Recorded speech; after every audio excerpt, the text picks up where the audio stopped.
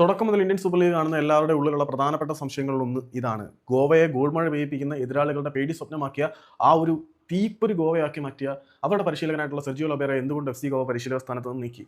അതിന് പലരും പ്രഥമ ദൃഷ്ട്യാ പറയുന്ന ഒരു ഉത്തരം city group Mumbai city FC ഏറ്റെടുത്തു. അതുകൊണ്ട് കൂടുതൽ മികച്ച ഓഫറും ഫിനാൻഷ്യൽ ഓഫേഴ്സും മറ്റു കാര്യങ്ങളും എല്ലാം മുംബൈ സിറ്റി ഓഫർ ചെയ്തതുകൊണ്ടാണ് അദ്ദേഹം മുംബൈ സിറ്റിയിലേക്ക് ചേക്കേറിയിരുന്നത്. പക്ഷേ അത് സംബന്ധിക്കുന്ന കുറച്ച് വെളിപ്പെടുത്തലുകൾ ഇപ്പം പുറത്തേക്ക് വന്നതനുസരിച്ച് യഥാർത്ഥത്തിൽ FC ഗോവ മനോലോ മാർക്കസ് അല്ല സെർജിയോ ലൊബേറയും തമ്മിൽ ചില അഭിപ്രായ ഭിന്നതകൾ മൂലം വേർപിരിയുകയായിരുന്നു.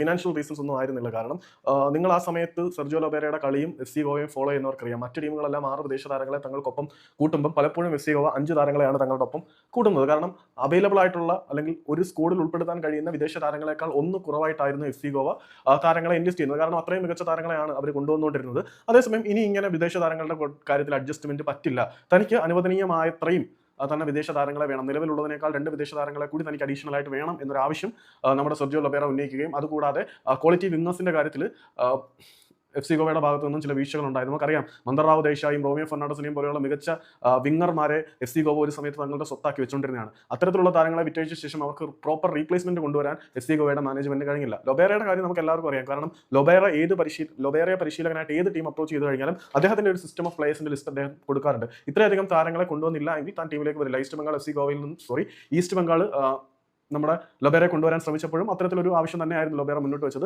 അത്രയും താരങ്ങളെ കൊണ്ടുവരാൻ ഈസ്റ്റ് ബംഗാളിന് കഴിയാതെ വന്നു. അതേസമയം ലൊബേറയ്ക്ക് ആവശ്യമുള്ള ലൊബേറയുടെ പ്രിയപ്പെട്ട താരങ്ങളെ ഒഡീഷ എത്തിക്കുകയും അദ്ദേഹം അങ്ങോട്ട് പോവുകയും ചെയ്തതാണ്. അപ്പം ലൊബേറയുടെ സിസ്റ്റത്തിൽ വേണ്ട പ്ലേയേഴ്സിനെ നിലനിർത്താനും അല്ലെങ്കിൽ അദ്ദേഹത്തിന് അനുസൃതമായിട്ടുള്ള താരങ്ങളെ കൊണ്ടുവരാനും FC ഗോവയുടെ മാനേജ്മെന്റ് മടി കാണിച്ചതോടു കൂടിയിട്ടാണ് FC ഗോവയും സെർജിയോ ലൊബേറ എന്ന അവരെ കരുത്തുറ്റ ഗോവയാക്കിയ പരിശീലകൻ വേർപിരിഞ്ഞത്.